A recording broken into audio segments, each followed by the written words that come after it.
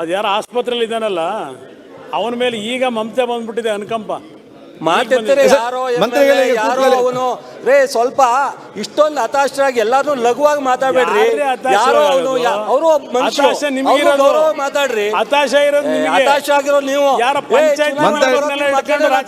Government ಮಾಡ್ತೀನಿ ಅಂತ ಸಿಂಗಾಪುರಲ್ಲಿ ಹೇಳ್ತಿದ್ರಿ. ಇಲ್ಲಿ ನಮ್ಮನ್ನ ನೋಡಕ್ ಆಯ್ತಾ ಇಲ್ಲ ನಿಮ್ ಕೈಲಿ. 135 ಜನ ನೋಡಕ್ ಆಯ್ತಾ ಇಲ್ಲ ಪಾಪ. ನೀವು ನಿಮ್ಗೆ ಶಾಶ್ವತವಾಗಿ ಎಲ್ಲ ವಿರೋಧ ನಾಚಿಕೆ ಆಗ್ಬೇಕು. ನಿಂತರ ನಾಚಿಕೆ ನಾಟ್ಬೇಡ ಅಂತ ಮಾಡಿಲ್ಲ. ಪೂರೈಯ ಸಾಕು. ನೀವು ಮಾತಾಡಿ. ಆ ಪದ ತೆಗೀರಿ ಸರ್, ವಾಪಸ್ ತೆಗಿಸಿ. ಏನ್ ನಾಚಿಕೆ ಆಗಂತ ನಾನೇನ್ ಮಾಡಿದೀನಿ? ಆಯ್ತು ಮಾತಾಡಿ. ಮಾಡ್ಕೊಂಡಿರೋ ನೇಮಗಳಲ್ಲಿ ಏನಾಗ್ಬಿಟ್ಟಿದೆ ಅಧ್ಯಕ್ಷರೇ. ಇವತ್ತು ನಾನು ಬೆಳಗ್ಗೆ ಈ ವಿಷಯ ಏನು 60 ನಿಯಮ ತಂದಿದ್ದೇನೆ. ಇಲ್ಲಿ ಪ್ರಶ್ನೆ ಒಂದು, ಡೆತ್ ನೋಟ್ ನಾನೇನು ಹೋಗಿ ಬರ್ಸಕ್ಕೆ ಹೋಗಿದ್ನಾ? ಡೆತ್ ನೋಟ್ ಯಾರು ಬರೆದವ್ರೆ? ಅವರು ಬರೆದ್ರು ಇಲ್ಲ ಇನ್ಯಾರಾದರೂ ಬರೆದ್ರು?